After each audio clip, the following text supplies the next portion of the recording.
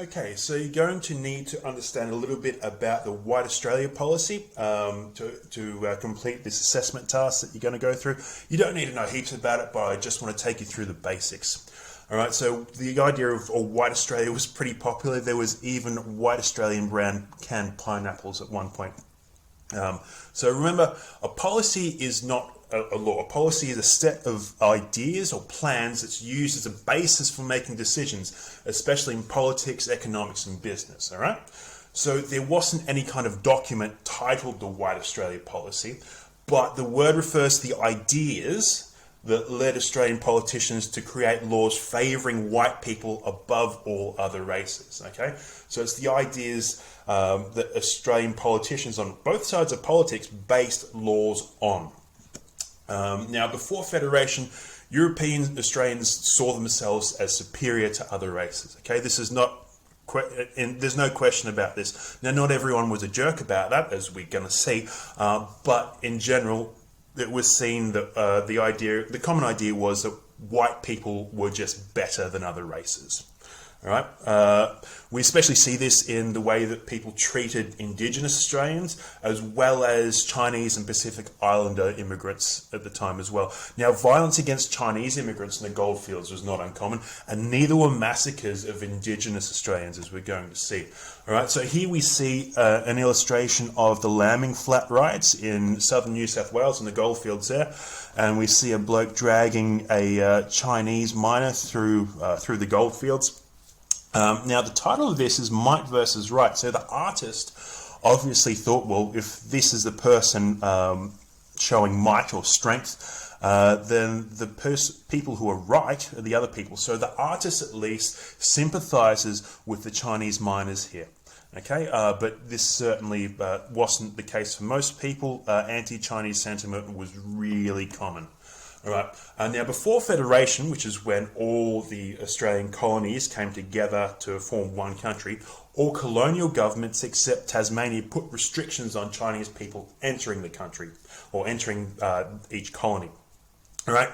By the late 19th century, a white Australia, so an Australia where white people were protected and in charge, was seen by many as an essential foundation for a united Australian nation. So the idea that, having white people in charge and the dominant race across the country was important to create a strong country in the future. Now, the belief of white superiority was a factor that united colonial Australians, though not all of them. It wasn't the only thing that united colonial Australians. It was thought that if the colonies united, then they could restrict immigration from Asia more effectively, as well as being better protected from the yellow peril, which is the idea that white people have something to fear from Asia and China in particular. Okay, so this is one of the features leading up to Federation. And here we see a cartoon in Melbourne Punch in 1888. Now, this is pretty awful. But at the time, these views were not rare. So we see a bunch of white women using the lever of Federation to push the Chinese pest off the cliff and presumably into the sea. Okay, so we even see it's labelled the Chinese pest, and we've got a cartoonish character of a Chinese man and these young white women using Federation to get rid of the Chinese pest. Okay, so in 1901, all the colonies, because remember at this point there was no Australia, there was just 7 different colonies, they all united to form one country, Australia, with its own parliament to make its own laws. From this point on, there would only be one set of immigration laws, not 7, so it makes it more efficient to work together in that way. And the very first law, though, passed by this brand new Australian Parliament was the Immigration Restriction Act. Now, this is the first Parliament this is a painting by Tom Roberts, the opening of the first Parliament of the Commonwealth of Australia. This is the Duke of Cornwall opening the Parliament, who would later become George V. Now, this is actually not in Canberra. This is in the Royal Exhibition Building in Melbourne, which makes me really proud to be a Melbourne person until you realise that the first thing that this Parliament did was pass some really racist laws. Right, so though the Immigration Restriction Act is a really important one, though it never mentions white or race, it was used to prevent non-white people from coming to Australia to live. Its most famous feature was a dictation test, which let immigration officers demand a dictation test in any European language. So dictation is where someone speaks to you and you write down what they say. Okay, so people who didn't pass the test did not get let into the country. So the language test didn't have to be in English or the person's first language. It could be in any European language. So immigration officers could use this to exclude anyone they thought was undesirable. Famously, the Jewish communist Egon Kersh was denied entry because he could not understand Scottish Gaelic, even though he spoke English, German, and several other languages. And he ended up being put on a stamp in East Germany, but that happened much later. In the early years of its operation, nearly everyone who took the test failed, right? Almost everyone. After 1909, nobody passed this test. That's how good it was at keeping people out of the country. Now, not everyone had to take the test. Only people selected by migration officials. So it was easy to deny people entry by just picking them out. But you could claim that the legislation wasn't racist because it doesn't mention race or whiteness, but immigration officials used it to exclude non-white people from Australia, right?